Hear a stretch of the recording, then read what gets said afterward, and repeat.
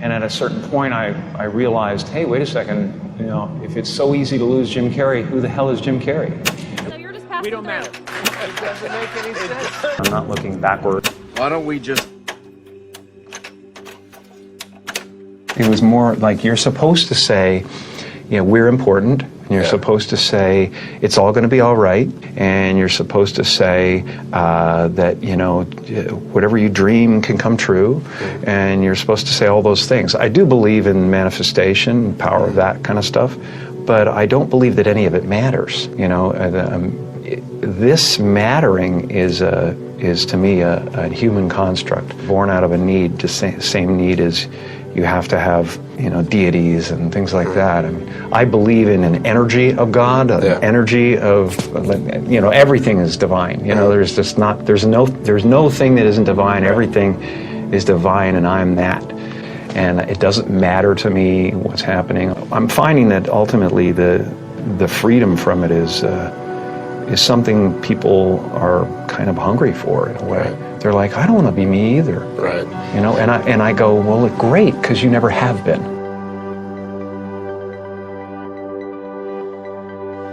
I believe that I had to become a famous, you know, idea and get all the stuff that people dream about and accomplish a bunch of things you know what that this means, don't you? You know, that look like success in order to give up my attachment to those things. It's been a part of the evolution of ego is to spend your first half of your life acquiring and adding, thinking you can add to yourself, and it looks great. I mean, it looks great when you got a cool car and you got good, nice clothes, and you know, and you've done something that people admire, but it can never fulfill you. You can never be happy. You know what I mean? It's not where happiness comes from. And you know, I dealt with depression, you know, a few years ago, and people still think, well, he's going through it. You can tell he's depressed. It's not. I have no depression in my life whatsoever. Literally none. I have sadness and joy and elation and satisfaction and gratitude beyond belief, but all of it is weather, and it just spins around the planet. You know, it doesn't sit on me long enough to kill me. The happy place is realizing that you're everything, you know, and that there's no real you involved in the first place.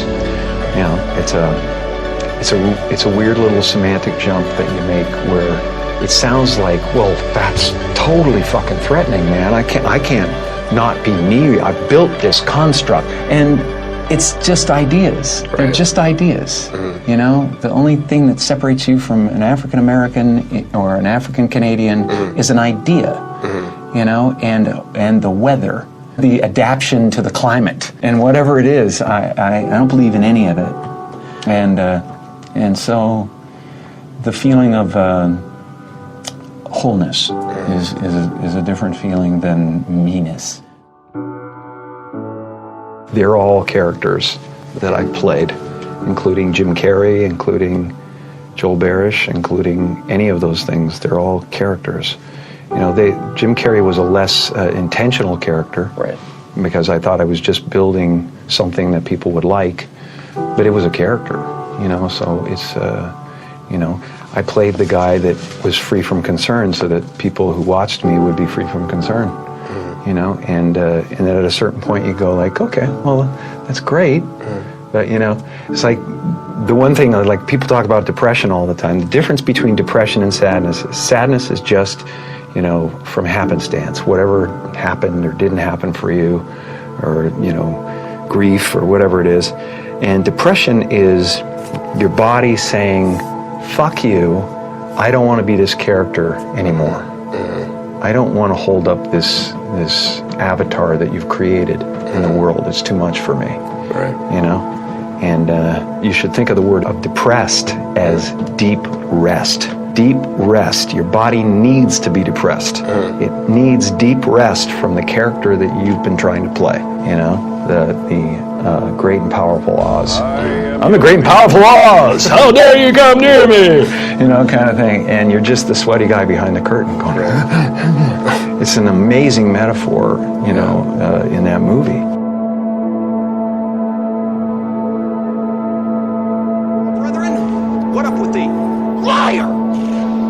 You know what I'm gonna do about this? It's a pretty